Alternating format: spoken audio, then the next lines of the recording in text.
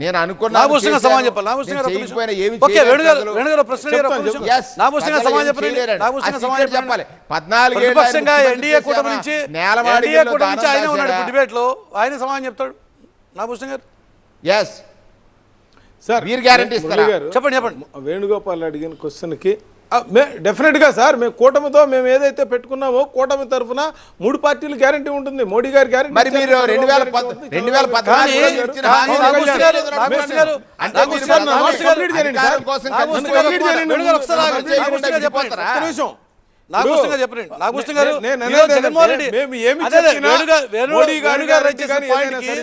వేణుగారు right చేసిన point కొనసాగింపుగా ఒక ఇంపార్టెంట్ పాయింట్.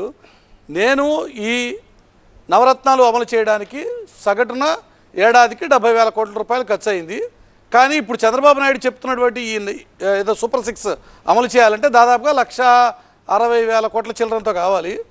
ఇది అసలు సాధ్యమయ్యేటువంటి మాటేనా? మన బడ్జెట్ దా మేరకు సపోర్ట్ చేస్తుందా? ఇది జగన్ గారు అడుగుతున్నటువంటి మాట.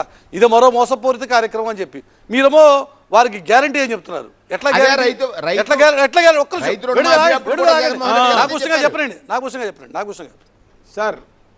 సార్ ఇవాళ ఈ రాష్ట్రంలో ఉన్నటువంటి కనీస సంపద అంతా కూడా వైసీపీ నాయకులంతా దోచుకు తిన్నారు సార్. ఇసుక శాండ్ కానీ మైనింగ్ కానీ ఒక్క డబ్బులు గవర్నమెంట్ కాదు ఏ విధంగా డబ్బులు వస్తాయని చెప్తున్నాను సార్. నేను ఏ విధంగా డబ్బులు వస్తున్నాయని నేను చెప్తున్నాను. నేను ఏ విధంగా డబ్బులు వస్తున్నాయని చెప్తాను. మీరు అలాగే మద్యపానం అన్నారు. మద్యపానానికి 92,000 కోట్ల టర్న్ ఓవర్ చేస్తే ఇవాళ అందులో మీరు 200 రూపాయలు ఇవాళ ఆంధ్రప్రదేశ్ లో వ్యవసాయం నాశనం అయిపోయడం వల్ల రెవెన్యూ పడిపోతా ఉంది. రేపు ఇవాళ ఈ 5 సంవత్సరాల్లో ఒక్క ఇరిగేషన్ ప్రాజెక్ట్ కంప్లీట్ చేశారండి? ఒక్క ఇరిగేషన్ ప్రాజెక్ట్ కంప్లీట్ చేశారా?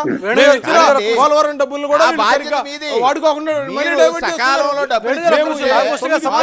ఫిషింగ్ హార్బర్ లో 350 వాటికి ఇంతవరకు 3 పార్టీలు కట్టారు. మిగతా డబ్బులు కూడా అది కూడా మీరు డైవర్ట్ చేశారు. ఆ స్కీమ్ కి ఇచ్చిన డబ్బుల్ని డైవర్ట్ చేసుకుంటున్నారు. ఈ రాష్ట్రానికి డెవలప్మెంట్ విషయంలో మీరు ఎక్కడా చేయలేదు. రేపు మేము ఎన్డీఏ అధికారంలోకి వస్తే డెఫినెట్ గా అవినీతి వచ్చినప్పుడు మేము మనీ జనరేషన్ చేయగలుగుతాం.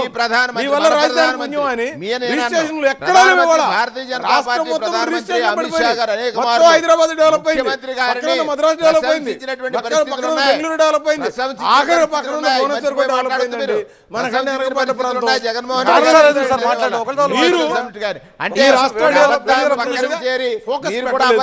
ఏ రోజు కూడా చెడు